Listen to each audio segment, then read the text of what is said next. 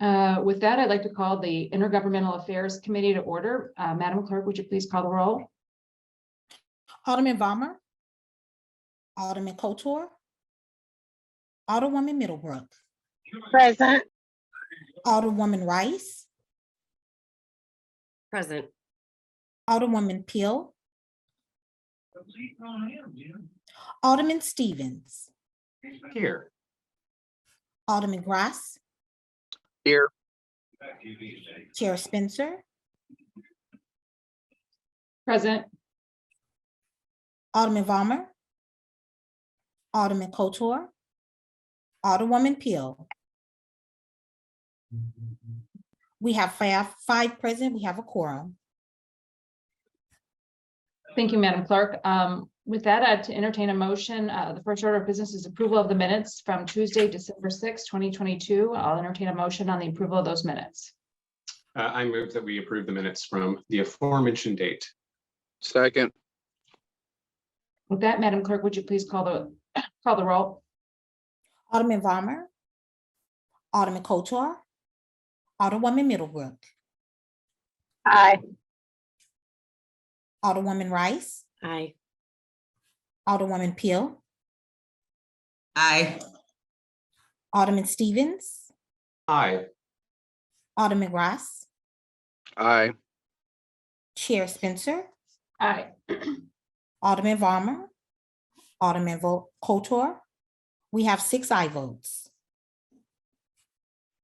Thank you. Seeing that pass. The only order of business that we have today, the order of business that we have, and the reason for this hearing is to hear Resolution 168. And I see that we have some speakers here before us, but I don't see an official list of speakers. Am I missing it somewhere? It's in the drive. Oh, it is in the drive. My apologies for that. Okay, so I just want to make sure I've got oh, we do have that. Thank you. You're welcome.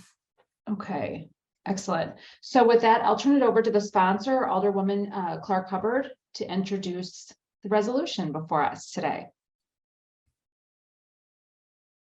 Alderwoman Clark Hubbard, I think you're still on mute. Thank you, Madam Chairwoman. I was. Thank you. Good morning, everyone. Madam Clerk, I want to see if you could please read Resolution 168. Resolution number 168, supporting SEIU's appeal on behalf of non-union janitors and workers with disabilities at the 22nd Circuit Court. Whereas the contract for janitorial services at the 22nd Circuit Court is a local city contract under the jurisdiction of the Board of Estimate and Apportionment. And whereas non-union janitors and people with disabilities employed at the 22nd Circuit Court are an essential part of our workforce. And whereas Missouri unemployment law does not apply to service performed in a facility conducted for the purpose of carrying out a program of rehabilitation for individuals whose earning capacity is impaired by age or physical or mental deficiency or injury, or providing remunerative work for individuals who, because of their impaired physical or mental capacity, cannot be readily absorbed in the competitive labor market by an individual receiving such rehabilitation or remunerative work.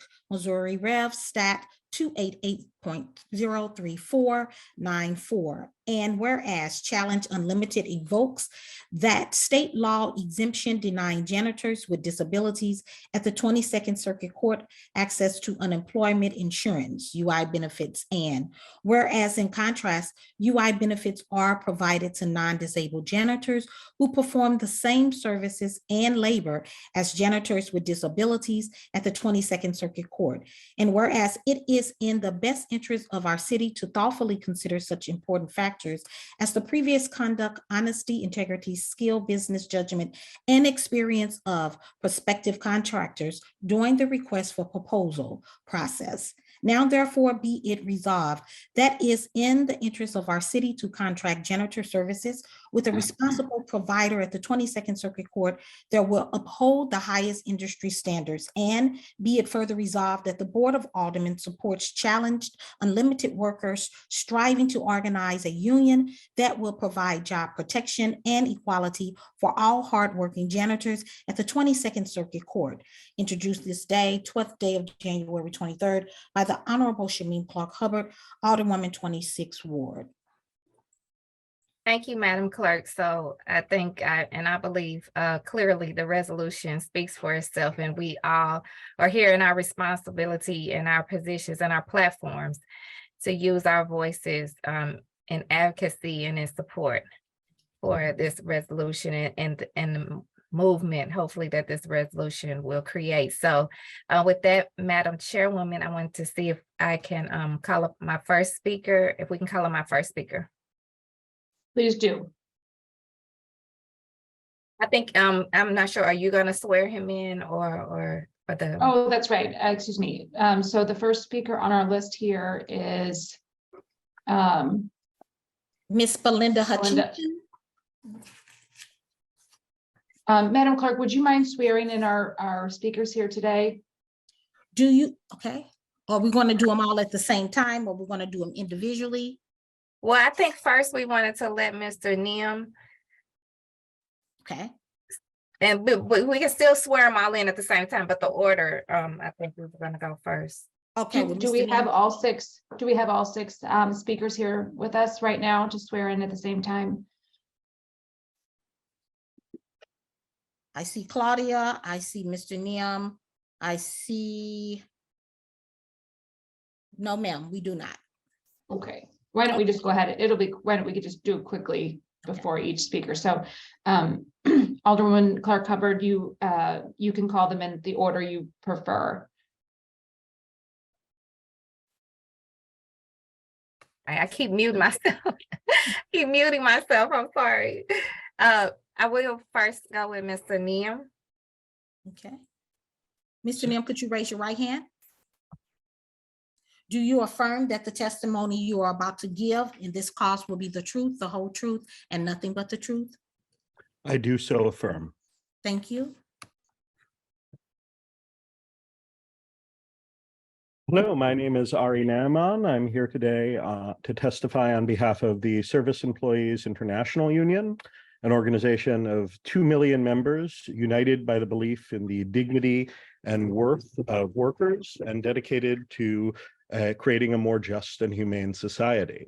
I serve as a consultant to SEIU on disability employment policy. Prior to working with SEIU, I served for 10 years as executive director of the Autistic Self-Advocacy Network, and for 5 years, President Obama's appointees to the National Council on Disability. I'm here today to provide our endorsement for resolution number 168, supporting SEIU's appeal on behalf of non-union janitors and workers with disabilities at the 22nd Circuit Court. In particular, I intend to call the committee's attention to the inappropriateness of challenges claiming of a state law exemption that does not apply to the 22nd Circuit Court. Janitors with disabilities coverage under unemployment insurance law, and to also urge the committee to ensure that in the event that the 22nd Circuit Court contract flips to a new contractor, the existing workforce. Over the last 4 years, workers at Challenge Unlimited's 22nd Circuit Court contract have sought to form a union to provide themselves with job protections and equality. In that time, we've identified serious concerns regarding Challenge's behavior of workers with disabilities, concerns that we believe merit oversight as part of this committee.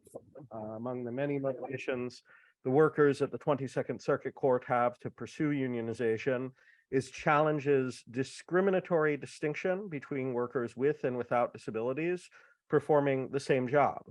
Whereas janitors without disabilities employed by Challenge on the courthouse contract are covered by UI benefits, the company maintains a separate employee handbook for workers with disabilities whom it classifies as clients rather than employees, and denies these workers UI coverage.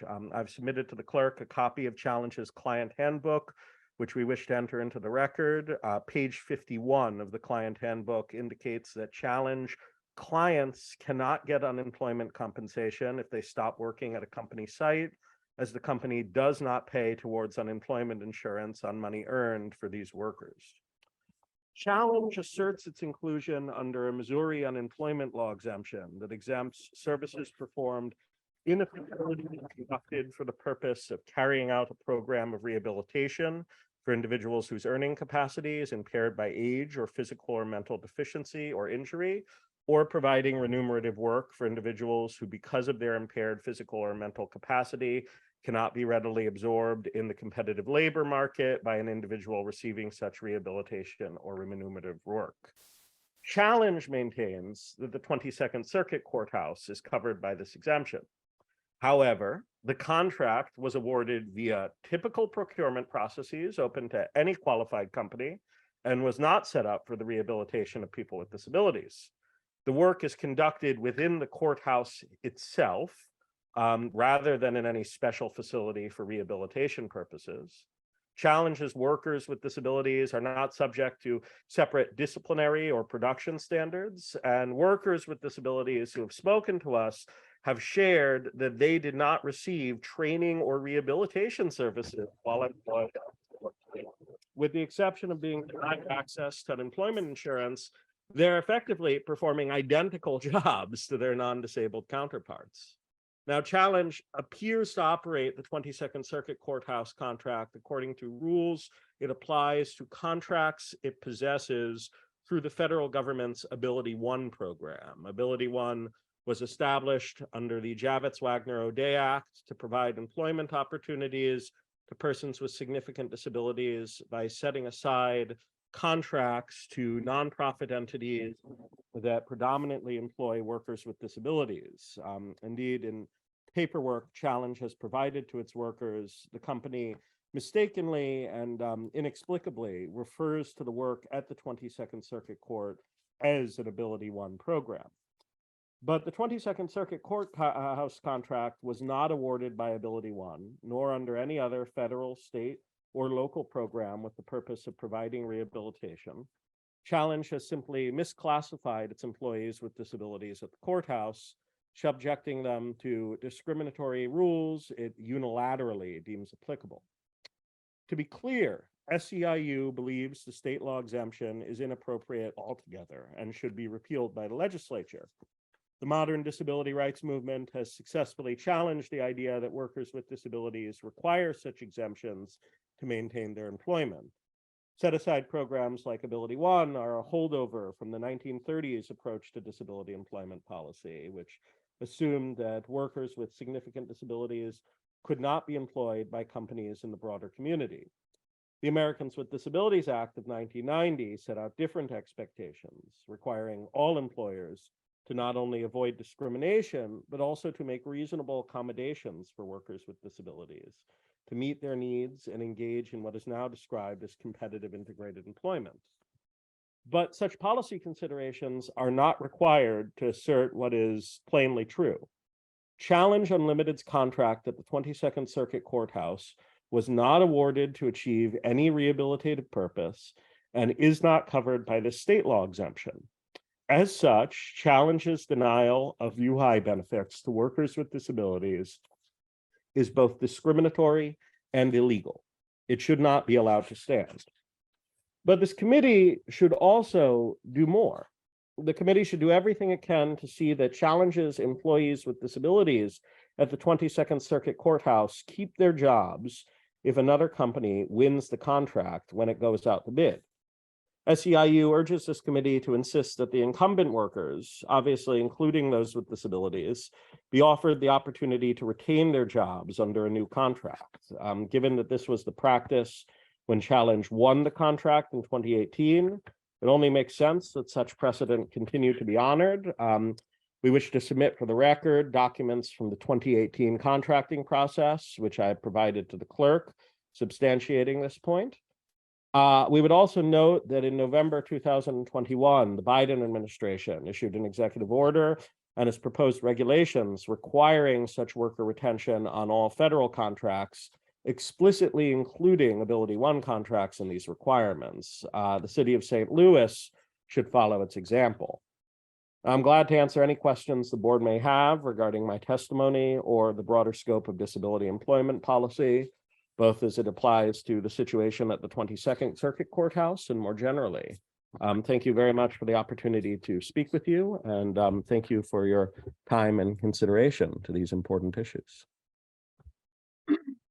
Thank you, Ari. I think for the benefit of the committee as well as the general public, maybe a very, very broad overview would be helpful. So the 22nd Circuit Court has a contract with Challenge Unlimited, correct? That was issued in 2018 and is good through what time period? I believe the rebid will be coming up in the next several months. Okay, so in 2023, so it's a 5-year contract? That is my understanding, yes. Okay, and the contract was awarded, what entity awarded the contract? You know, who the RFP was issued through what entity?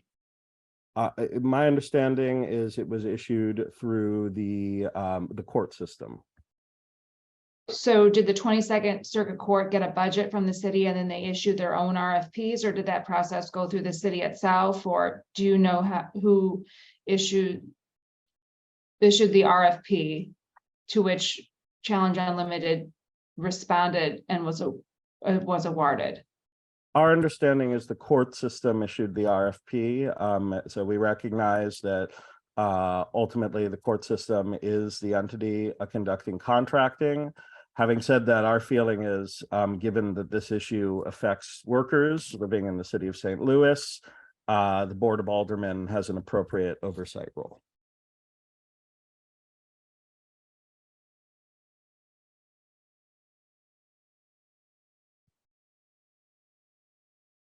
I'm trying to understand whose authority it is and what, just, for clarity, so we have an understanding of, I think certainly the Board of Aldermen has a responsibility to shed light on issues, and certainly we have a responsibility to weigh in. But as far as authority is concerned, it's important so that we understand how to most effectively advocate for the workers here, to know kind of, the roles of authority in granting these this contract. So, but this has been very helpful. So what we have in the drive is the 3 documents.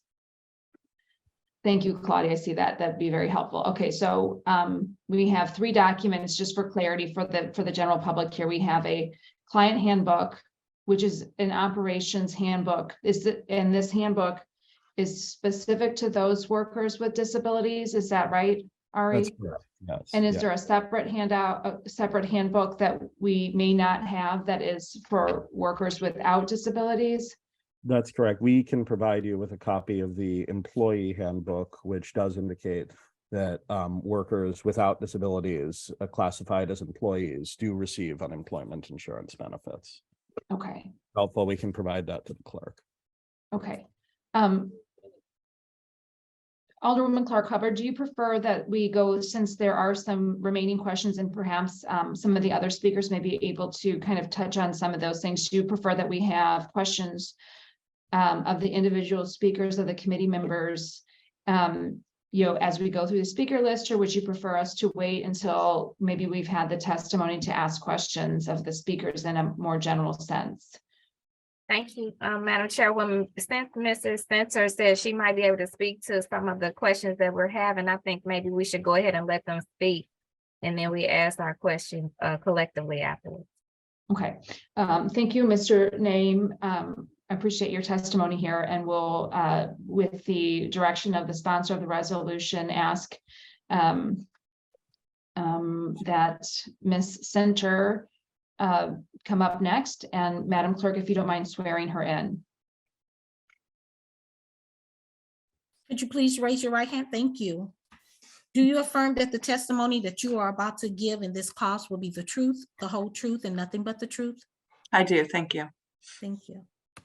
Good morning, everyone. My name is Claudia Center, and I am the Legal Director of Disability Rights, Education, and Defense Fund, which is a nonprofit civil rights law and policy organization founded in 1979, dedicated to advancing the rights of people with disabilities.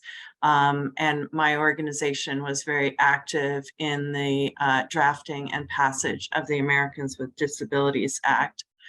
I worked with the ACLU of Missouri, who's also here today, a representative, to share our concerns with all stakeholders, including all of you, in a January 5th letter about the working conditions and terms and conditions being experienced by the custodial workers at the 22nd Judicial Circuit under the $4.4 million contract. As my colleague just reviewed, the disabled workers at the 22nd Judicial Circuit are doing exactly the same job, the same responsibilities, the same amount of work, same pace of work. But they are not getting the same compensation packet. They're not getting unemployment insurance coverage or benefits in the event of job loss.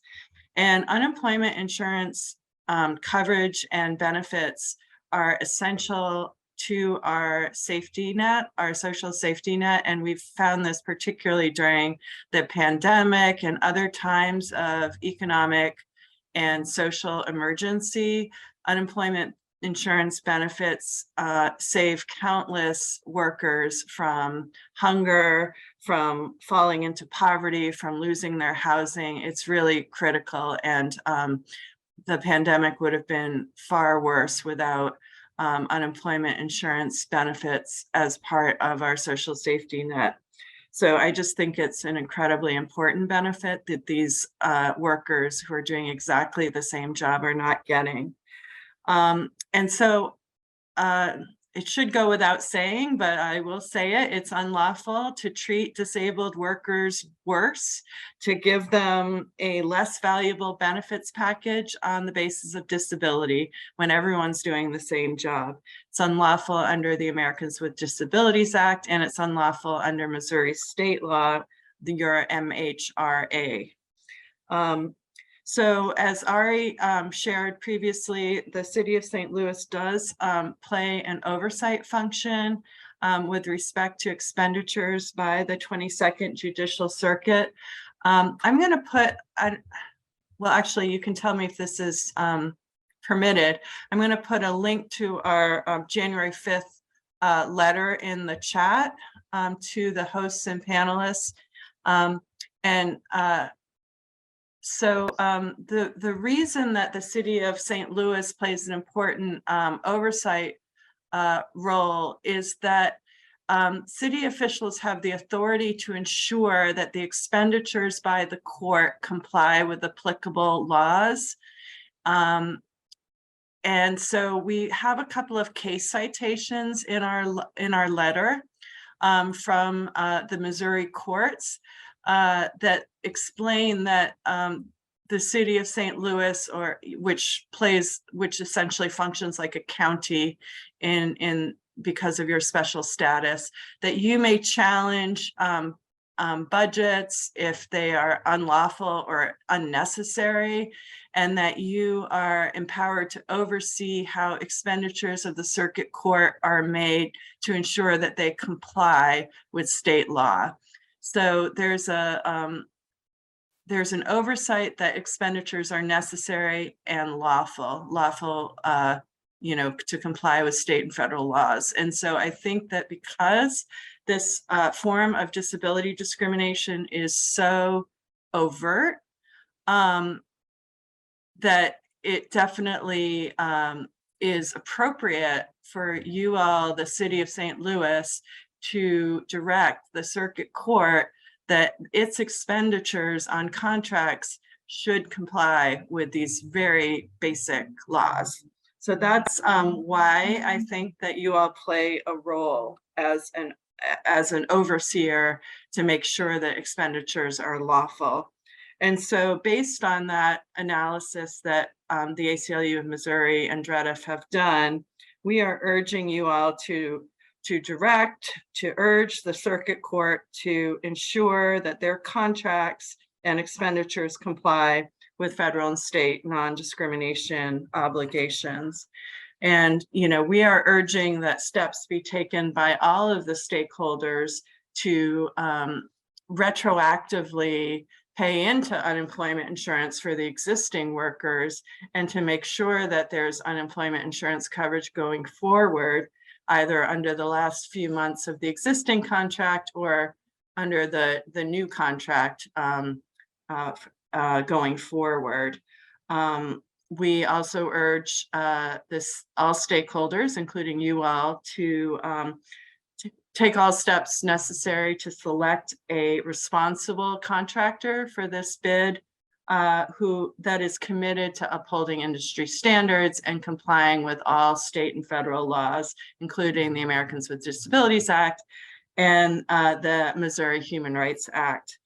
Finally, I'm also urging you all to take whatever steps you are able to take, whether it's moral suasion or something more direct, to urge the circuit court and the new contractor, or if Challenge Unlimited continues challenge, to retain the existing workers going forward. I understand that that's been the past practice when there's a new contract, that the existing workers are retained. And from our point of view, it's critical that this practice be continued under the new contract, whoever the contractor is, given that the disabled workers have come forward and brought this to our attention. It's important to us that these workers not experience any retaliation or interference with their rights or any job loss for coming forward and helping us shed light on this very overt and blatant form of disability discrimination. So thank you. That concludes my remarks. Happy to answer any questions at an appropriate time. Thank you so much, Ms. Zencher. So Alderwoman Clark, would you mind if maybe I ask a couple clarifying questions and then we take a pause and maybe go through the committee and see if there's questions for those two speakers, or would you prefer that we have additional speakers before we do questions? No, we can take a pause now. Okay, so Ms. Zencher, just for clarification and for educating us all here, so do you know the entity that actually within the circuit court that awards the contract, and who's what is the oversight body there to make sure, with the city of St. Louis, we have the Board of Public Service, and there's some oversight there with regards to how those contracts are awarded. It's my understanding. To what body would we appeal and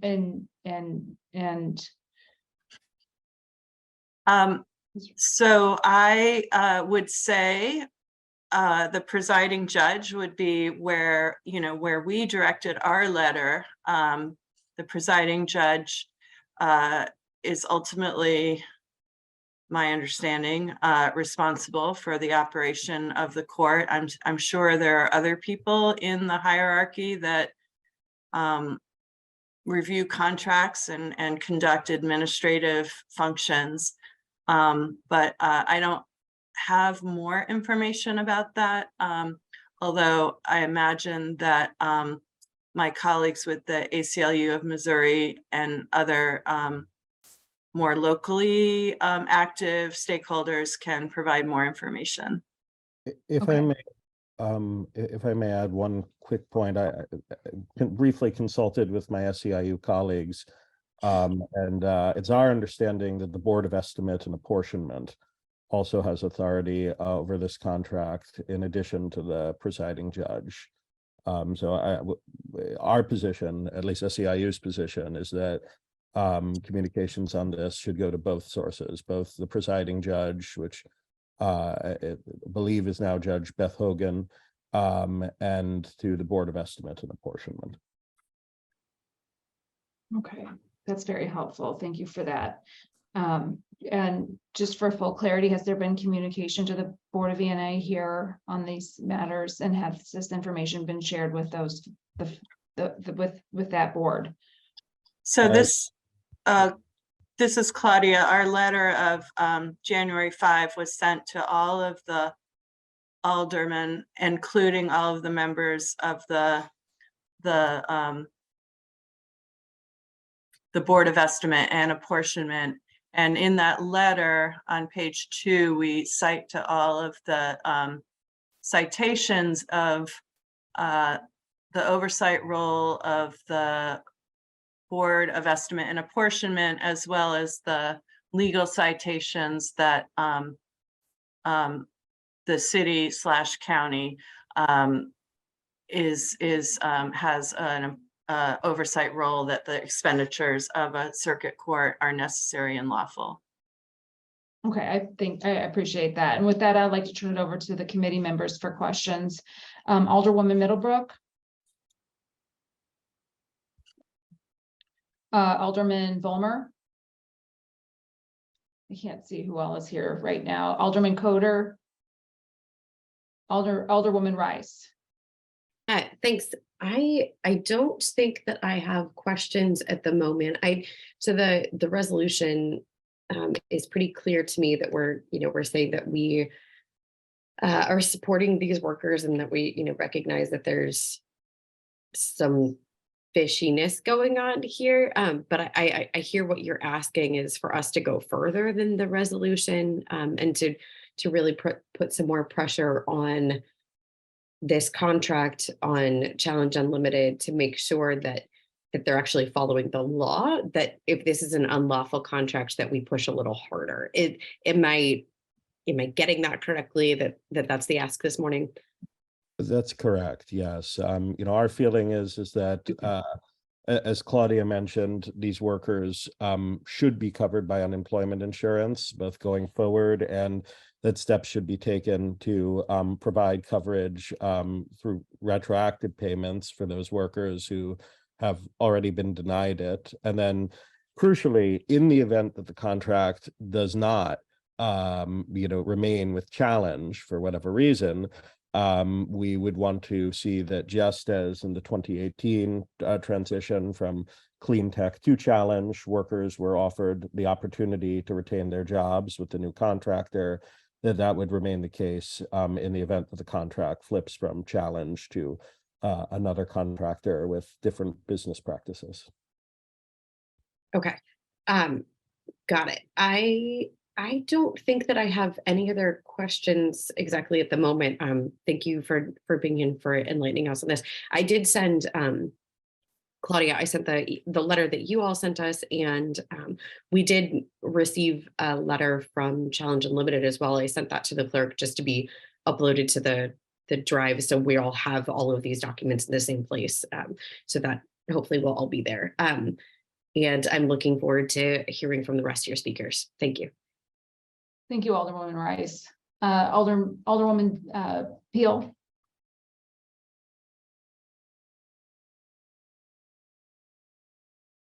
I know she was here.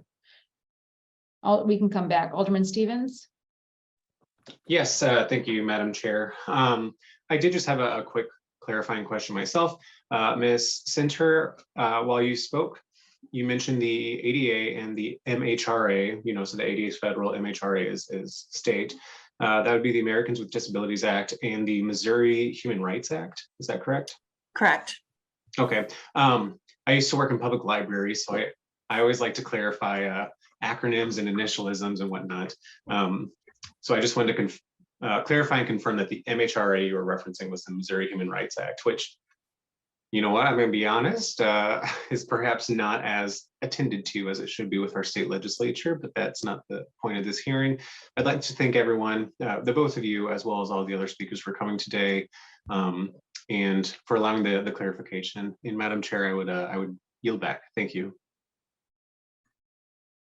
Thank you. Alderman Gross. Yeah, I really appreciate you guys coming and bringing this to our attention. I'm just sitting here honestly, and it's getting me mad and it's getting me fired up listening to it. I mean, I think that you're absolutely right. It's just discrimination. I mean, there's no other way to slice it. I've actually, I'm relatively new, Alder, and I actually only recently learned kind of about some of these laws in our state government that I mean, the example we heard in our Health and Human Services Committee a few weeks ago were some of these shelters that pay less than minimum wage to workers. And that, frankly, that kind of blew my mind that we're doing that and they can defend that. But then you have a situation like here where, like you're saying, this isn't even some sort of like shelter program, anything like that.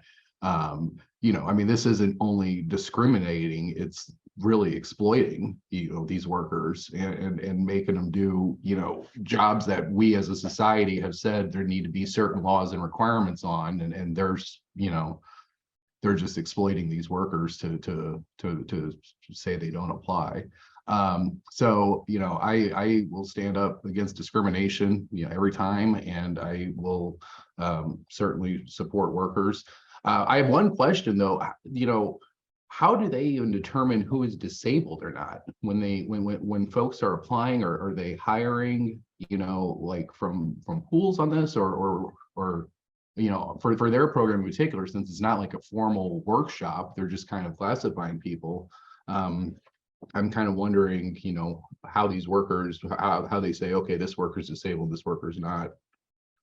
So this is an area where challenges status as an Ability One contractor on other contracts other than the 22nd Circuit Court House is relevant, because under the Federal Ability One program, contractors are required to have 75% of the direct labor hours on their contract filled by workers with significant disabilities. And as a result, Ability One contractors in their onboarding process generally do evaluate the disability status of their applicants. So it appears that what's happening here is that Challenge is essentially decided to operate the 22nd Circuit Courthouse like it operates its Ability One contracts, which, I would say we have policy objections to the denial of unemployment insurance in the Ability One context as well, but this isn't an Ability One context, so it seems more straightforwardly illegal here. But Challenge has information on disability status of its workers because most of the contracts it operates and recruits workers for are pursuant to Ability One. And as a result, we believe they conduct disability determination through that process. Okay, well, that makes sense. Shed some light on it. But yeah, I mean, I still, this whole thing is really just awful. So I'd ask to be added as a co-sponsor to this resolution, and I'd be happy to do so. Thank you. Thank you. And it looks like we're going to swing back around. We have some members that joined us. Alderwoman Middlebrook, you have your hand raised. Did you have a question? Yes, thank you, Madam Chairwoman. I would just like to be added as a co-sponsor. Thank you. Noted.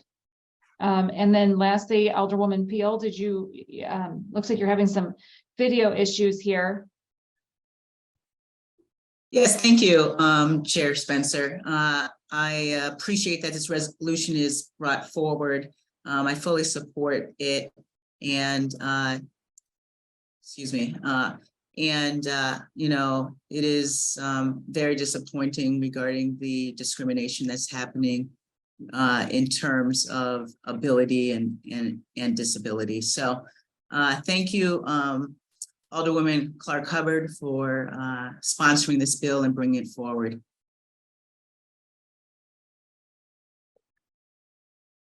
All right, so let's go through Alderwoman Clark Hubbard. Do you want to go through the rest of the speaker list in any particular order?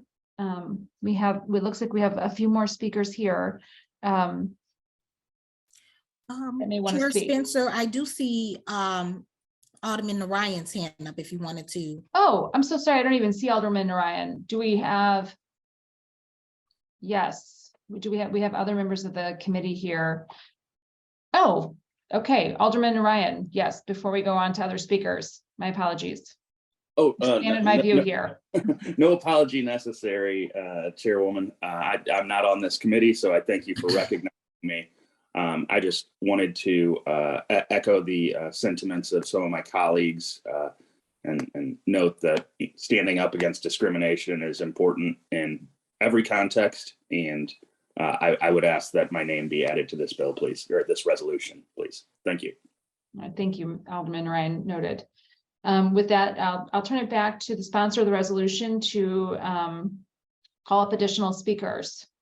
Yes. Thank you, Madam Chairman. First up, we'll have Miss Belinda Hutchison. And Miss Belinda, Madam Clerk, if you don't mind swearing her in. I don't see, is she here? I don't see her. Okay. There is someone over in the attendees list with their hand up, but only Yeah, I saw identified that. by Oh, BM, so I This don't is know. her. It's just she's under Marvin King. It looks like she has her hand up now. She's Okay, raised her hand. okay. Miss Belinda, you may need to take off mute if possible. There we go. Do you affirm that the testimony you are about to give in this cause will be the truth, the whole truth, and nothing but the truth? Miss, Yes.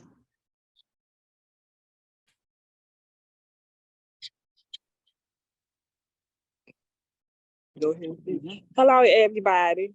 My name is Belinda Hutchison. First of all, I will let you know I do have a hearing disability from birth. I'm a proud member of SEIU Union.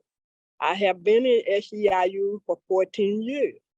I have been employed at the USPS for over 30 years, and that did not stop me from having a job with benefits. When I have a problem with the USPS, a supervisor would come to me and ask me what he had to do to help me to do my job. So he recognized that I left.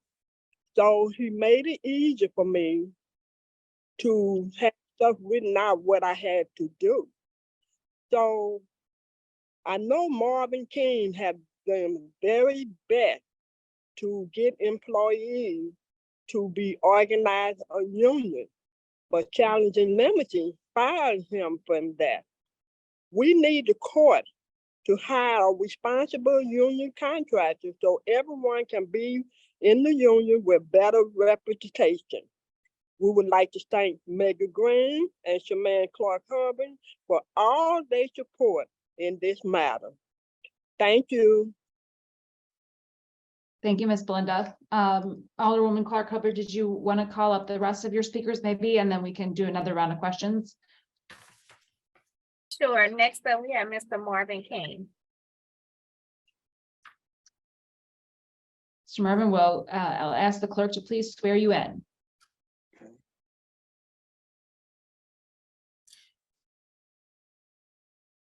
Mr. King, would you mind raising your hand so we know which screen you're on? Okay, thank you.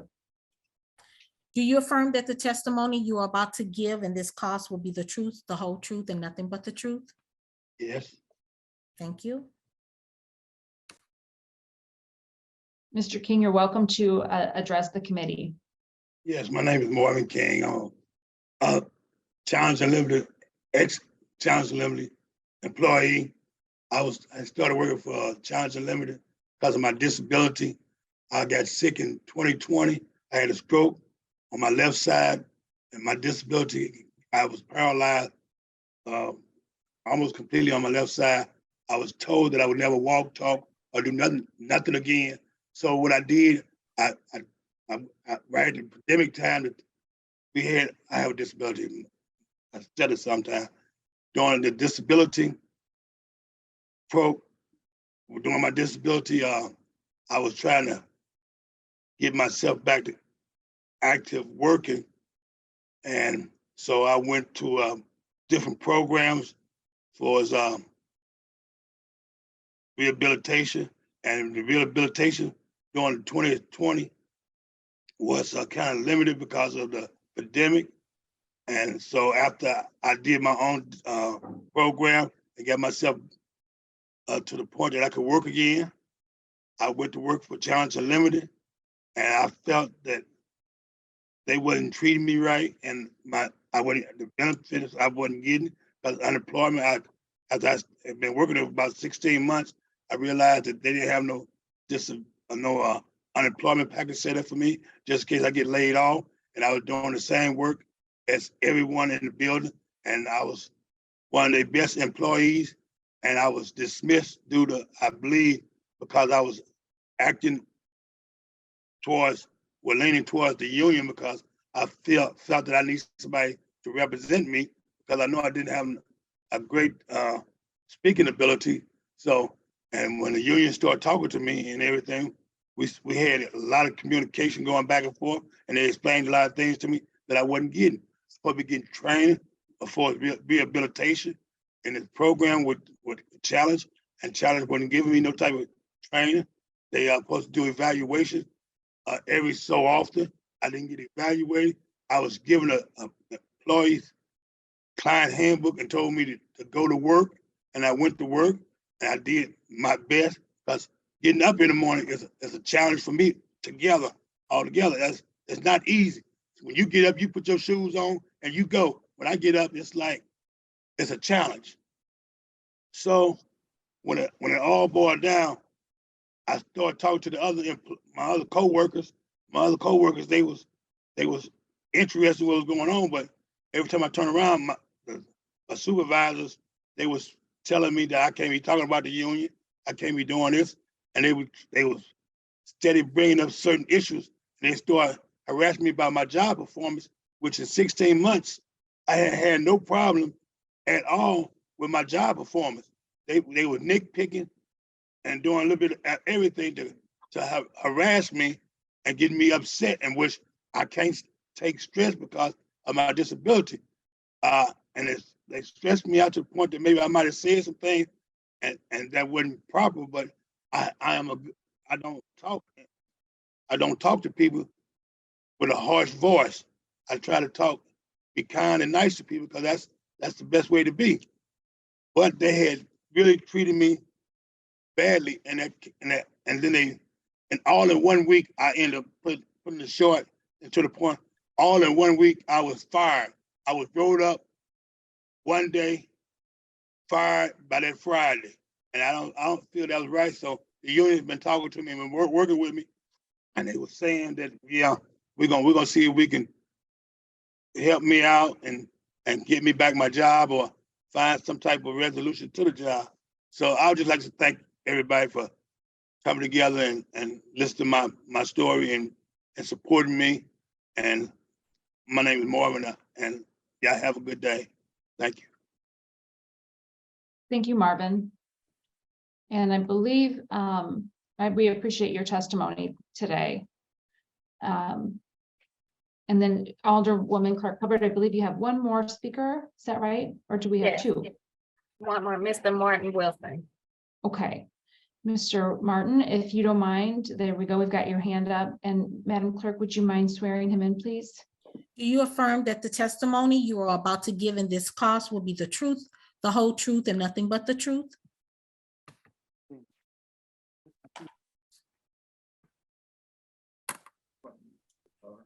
Yes, I do, ma'am. Thank you. Okay, you may proceed in addressing the committee. Okay, my name is Martin Wilson. I was working for Challenge for 14 months now. When I first came to Challenge, they told me not to, when I first got hired, they told me I'll be working with clients. I didn't know what was a client, and they told me it was a person with disability. They told me not to give them a ride at the bus stop, not to share nothing with them. They was treating them like they was bad. They told me not to, if I bring my lunch and I have extra soda or something, they told me not to even give it to them. And I said that was wrong of them for telling me that, because they people too. And they told us not to give them, like I've said, not to offer them a ride to the bus stop or whatever. And be cold as mug. They want them to do what they got to do. So, and then I've been working there 14 months. I started being a flow tech. I never did no flow tech, stripping floors, waxing floors, shampoo and carpets. I've been doing bathrooms, doing the elevators. I never did what I supposed to been doing. I didn't understand that at all. And I'm still doing the same thing. And on Martin Luther King Day, they said that we was off, but we're not getting paid for it on the holidays. We only get paid 4 holidays a year. And they told me that I can use my vacation day for Martin Luther King. So why should I use my vacation day? That's supposed to be, I'm used to being off that day. They wanted me to work, you know? Now, I'm not a client. You know, I was hired as a flow tech, but I'm cleaning bathrooms. I'm doing everything else besides flow tech. And they treat the clients, I tell them, they people, I don't know why they got that client for. And they say not to do nothing with them. No, don't show them what to do or nothing. I said, I don't understand that at all. So I'm gonna call myself, that's all I have to say about it. But thank you for listening to me. We appreciate you being here and presenting your testimony today. Yes, ma'am. Alderwoman Clark Hubbard, did you have any additional speakers? I thought I saw one pop in. Are you thinking, did she just pop back in as well? She did, I'm not or sure. they did, yes. Caitlin Ugg. I believe. Yes, good morning. Thank you, committee members, for the opportunity to share my testimony. If we could, just one moment, we'll go ahead and swear you, get you sworn in. Madam Clerk, do you mind? Do you affirm that the testimony you are about to give in this cause will be the truth, the whole truth, and nothing but the truth? Yes. Thank you. Thank you. You may proceed. Okay. My name is Caitlin Ong. I serve as the Policy and Campaigns Associate at the American Civil Liberties Union. And on behalf of the ACLU of Missouri and our approximately 15,000 members statewide, I would like to express our support for Resolution 168. As Claudia has mentioned earlier, and a lot of the speakers, I'm just going to echo what they've said. We partnered with the Disability Rights, Education, and Defense Fund in addressing disability discrimination at the 22nd Judicial Circuit of Missouri Courthouse. And for 5 years, Challenge Unlimited's $4.4 million contract, which is going to end in June of 2023, has been relatively cheaper for the city in provisions for janitorial services. Challenge Unlimited cuts its costs by hiring individuals with significant disabilities and categorizing the disabled workers as clients rather than employees. And on that basis, denies them the unemployment insurance coverage that their non-disabled workers enjoys. And so the city's savings comes at the cost of these workers, and the lack of unemployment insurance causes obvious harms to persons with disabilities trying to survive in the current social and economic climate. So under the Federal Americans with Disability Act and the Missouri Human Rights Act, Challenge Unlimited is prohibited from classifying its disabled workers differently and providing them with lesser benefits. And so this is in contrary to the city ordinances, which have been long proclaimed that discrimination against individuals on the basis of disability should be intolerable here. And as outlined in the demand letter that Claudia sent as a link in this chat, I'm just going to go ahead and say them for the record. The city and circuit court leaders should direct Challenge Unlimited to immediately begin and continue paying its Missouri unemployment insurance for all of its workers at the circuit court, including workers with disabilities. The city and circuit court leaders must challenge Unlimited to retroactively pay into Missouri unemployment insurance for all disabled workers at the court past and present, who were unlawfully labeled clients, going back through the duration of the contract, such as all affected disabled workers are made whole and may seek unemployment insurance on the equal basis with the non-disabled workers.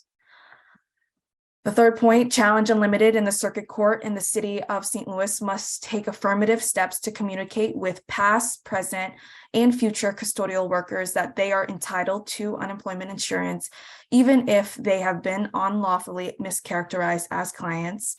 And lastly, the workers who have brought this overt form of disability discrimination to our attention must not experience retaliation or interference with their rights. And the new contract should require that contractors offer unemployment to the existing workers at the circuit court. So we appreciate that the committee's recognition of this urgent matter.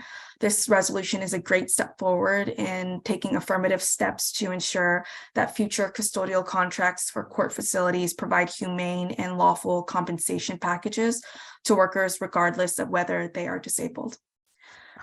Thank you. Thank you, Caitlin. And with that, Alderwoman Clark Hubbard, maybe we'll take a pass through the committee for questions of the second round of speakers. Alderwoman Middlebrook.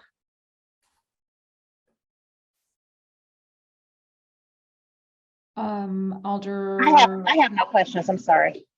Thank you, Alderwoman Middlebrook. Alderman Vollmer. Alderman Kochar has an excused absence. Alderwoman Rice. Sorry. Hi. I don't have any questions. I would also like to be added as a co-sponsor on the resolution.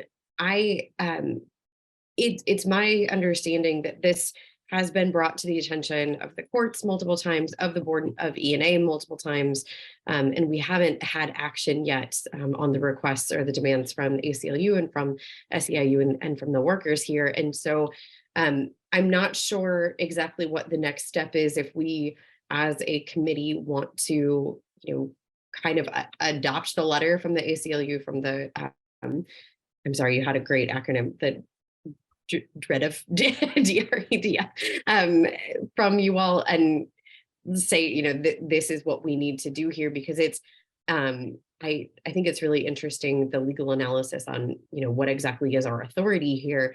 But if we, just trying to figure out how do we escalate this, right? This resolution is great, but how do we escalate this a little bit further? A number of us, along with colleagues that are not on this committee, have shown up and walked with you around the courthouse. We've stood in front of City Hall with you, but that hasn't gotten the attention yet. So I don't know if this resolution doesn't do it, then what's our next step, I guess, is really my question for my colleagues here as well. It seems, the law is able to be interpreted lots of ways. I know that we have issues in Missouri. We need to eliminate the discrimination against employees with disabilities, period. But this legal analysis, this letter from the ACLU and from the Disability Rights Education and Defense Fund looks great to me. And if it's something that we want to attach maybe to the resolution, Madam Chair, I'm not sure what the right next step here is, but if we, attach this to the resolution and direct that we're sending this to the mayor's office, to the president of the board, to the comptroller, and to the new judge in charge of the 22nd Judicial Circuit. And I would love to do that if we just attach this as a follow-up on the resolution. Maybe that's the quickest way to do that here. I have some thoughts on how we can proceed, but I think we'll go, I appreciate your thoughts, especially as we're kind of figuring out what might be best to do. And we'll go through the rest of the committee here on questions for the speakers and maybe circle back through that. Alderwoman Peel. I think she was having some video issues. Oh, there we go. Alderwoman Peel, did you have any questions for the second round of speakers? I do not have any questions. Thank you. Alderman Stevens. Yeah, thank you, Madam Chair. first and foremost, I'd like to be added as a co-sponsor. So I'd like to join my esteemed colleagues on this resolution. And just to sort of clarify, this was so the court systems have put out an RFP, they put out a contract, or they have a contract with this third-party company that then brings on employees, correct? So this is a third-party company who's taken this action that has a contract with essentially the city of St. Louis. Would that be correct, Madam Chair? Okay. That is the understanding, correct, that we have today. But per city ordinance, per city law, I guess my question, which does not need an answer now, but do city contracts and requests for proposals and that entire process, do they not have essentially severability clauses? What would be severability clauses to us, dictating that, you know, in the event of a discriminatory practice or an act of discrimination or so on and so forth? I mean, does the city, I suppose my question would be, does the city not have the authority in light of this situation to terminate the contract with this third-party company? I mean, surely we have contractual recourse. And it seems really sort of damning, I think, if I might opine, that, it is February 1st, and while we are trying to do our due diligence and our best within the legislative authorities that we have, it seems like this is something the city, as a broad and sort of perhaps nebulous entity, should have already taken care of. And I can't imagine that we would be nevertheless locked into a contract, even in light of discrimination, unlawful discrimination at that. So I think that would be a question that I would have for, say, the comptroller or for the courts. Why do we still have this contract if why? Why does discrimination ever exist or be allowed to continue to exist? So sort of a very large question. Again, that's not, I'm just putting it to the committee as an observation. I would be interested to hear, Madam Chairwoman, your thoughts on moving forward after this, because I will say that a resolution doesn't feel like enough. Although I do not mean to insult the Alderwoman from the 26th by any means. It's just in light of, whenever discrimination is present, I mean, you're speaking to one of two openly gay elected officials in the city of St. Louis. I understand discrimination. So whatever you believe whatever additional steps you believe would be appropriate, Madam Chairwoman, I'm eager to hear and support those. With that, I yield back. Thank you. Thank you, Alderman Stevens. Alderman Gross. Yeah, I want to thank the additional speakers that we had. That was kind of, very disheartening to hear that, along with discrimination and exploitation, these guys are also retaliating against workers that are talking to unions. And I think it's also, I want to note for the record, because I think it's awfully telling that Challenge Unlimited didn't come to the hearing today. You would think, if I owned a business and, the Board of Aldermen or any entity that I was conducting businesses was having a meeting to discuss, my employment practices and calling me a, discriminator, I would show up to defend myself and explain myself. So, the fact that they're not even here today, I think is very telling.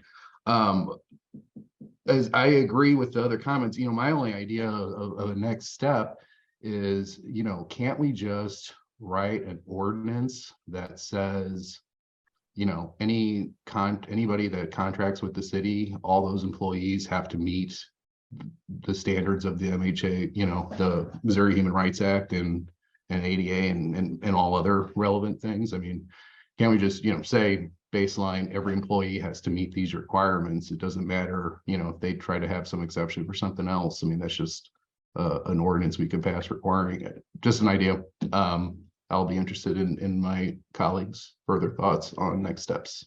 Thank you. Thank you, Alderman. Do we have any other additional alderman from outside the committee that were here? Was Alderman Ryan still present or anyone else?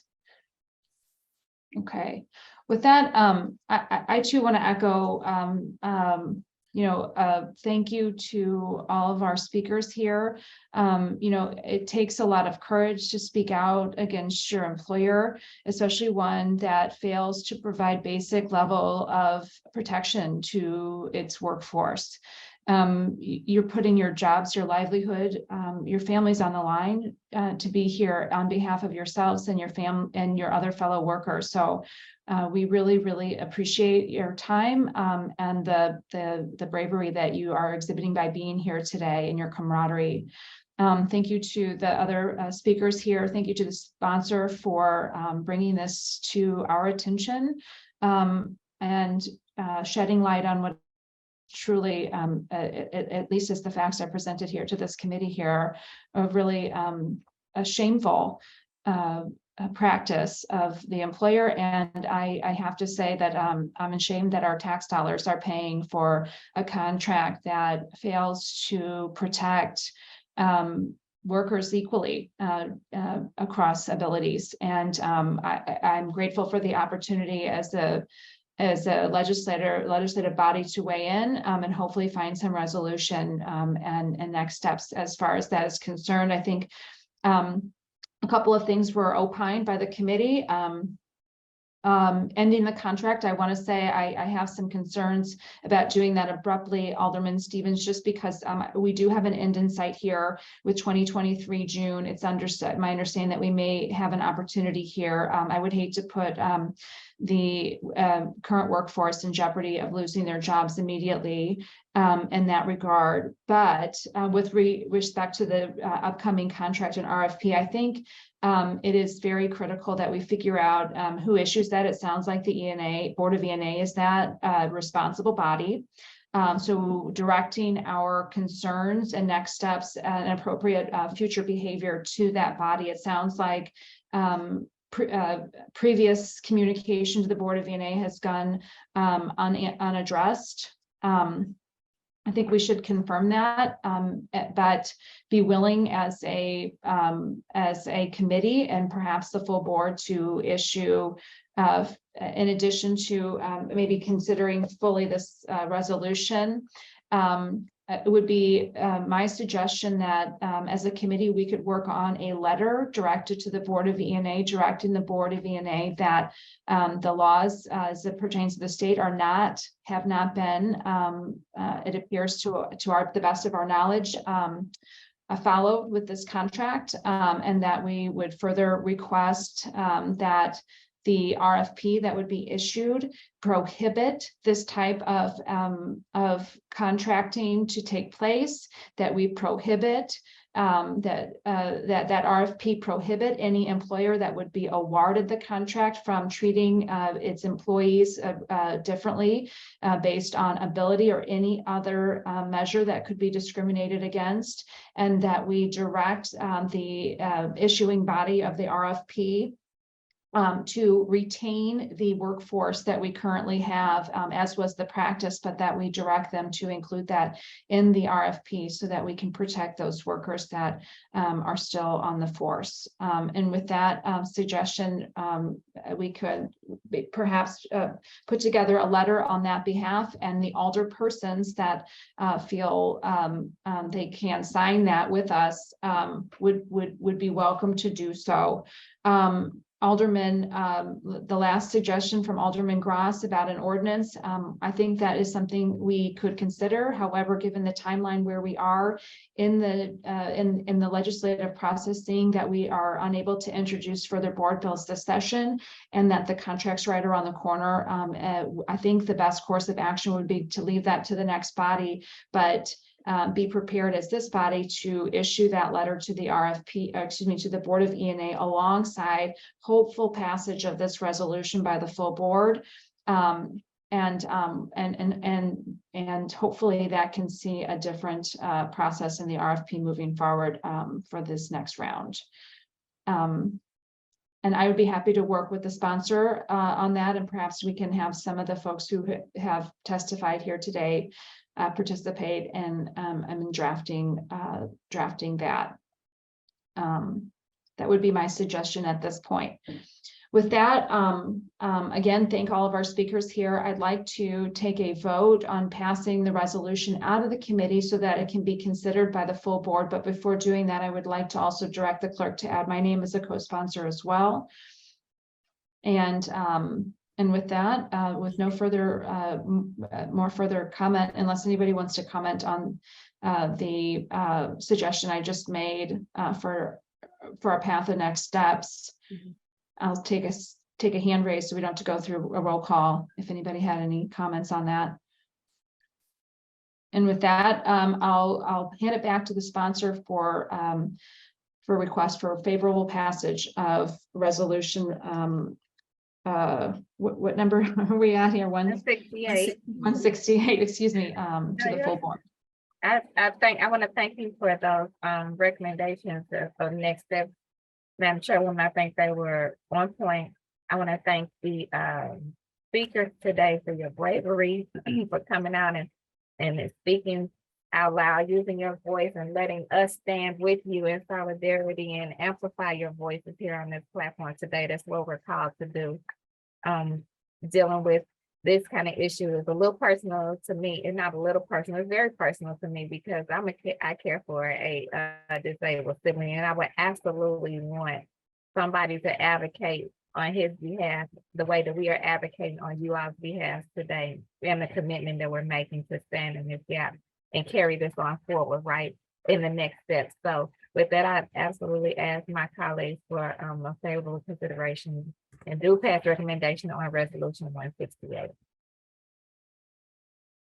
Madam Chair, I'll make that motion that we pass resolution 168 with a due pass recommendation. Thank you all.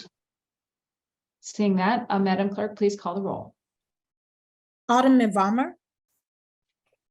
Alderman Couture. Alderwoman Middlebrook. Alderwoman Rice. Aye.